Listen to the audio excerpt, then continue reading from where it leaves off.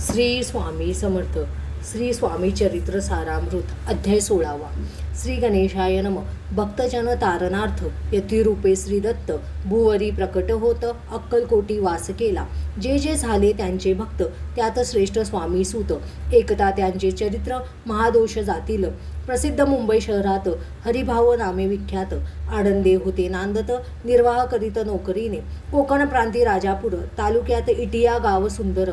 हरिभाव तेथील राहणार जात मराठे तयांची. ते खोत त्या गावाचे होते संपन्न पूर्वीचे. त्याच गावी तयांचे माता बंधू राहती. मुंबईत तयांचे मित्र ब्राह्मण उपनाव पंडित. ते करिता व्यापार त्यात तोटा आला तयांसी. एके समयी पंडितांनी स्वामी कीर्ती ऐकली कानी. तेव्हा भाव धरोणी मनी नवस केला स्वामी ते. जरी 8 दिवसात मी होईन कर्जमुक्त तरी दर्शनात वरीत अक्कलकोटी येईन. हरिभाऊ आणि त्यांचे मित्र अफूचा व्यापार करिता त्यात आपणा नुकसान सत्य येईल असे वाटले. त्यांनी काढली एक युक्ती. बोलावुनी पंडितांप्रती सर्व वर्तमान त्या सांगती.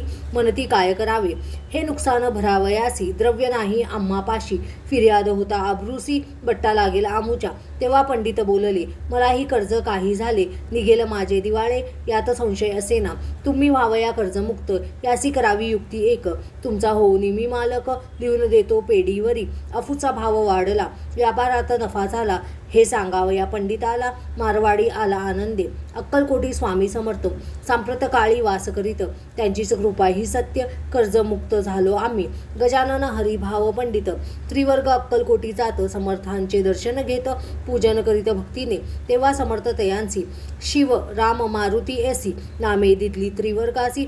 आणिक मंत्र दिदले पंडित राम म्हटले. गजानन शिवनाम दिदले मारुती हरिभाऊ समंटले. तिघे केले एक रूप. मग समर्थ त्यावेळे त्रिवर्गाजवळ बोलविले.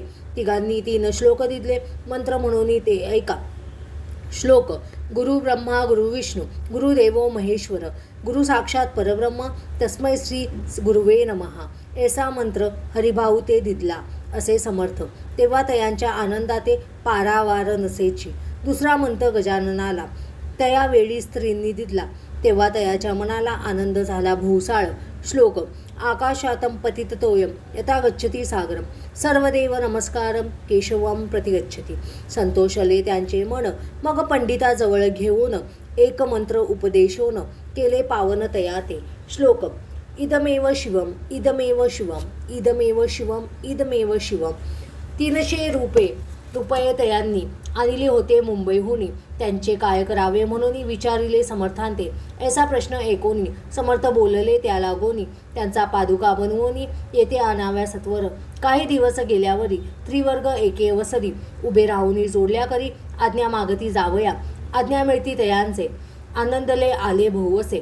हरिभाऊच्या मानसी ध्यास लागला स्वामींचा.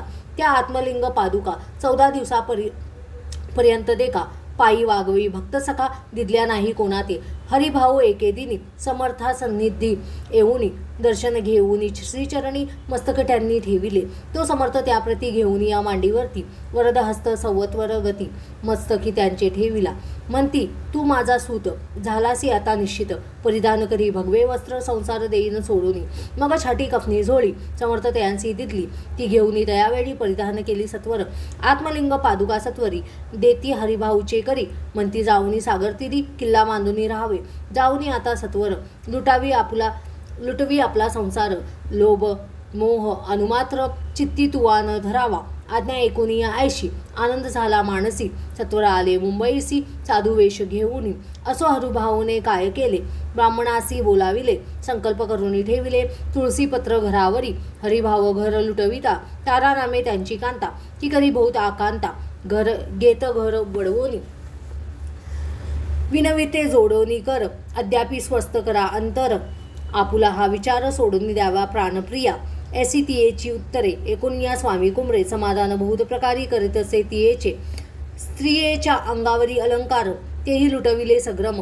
तिये दिदले शुभ्र वस्त्र परिधान करावया. आत्मलिंग समर्थ स्वामी सुता ते दिदले होते. त्या पादुका स्वहस्ते मठामाजी स्थापिल्या.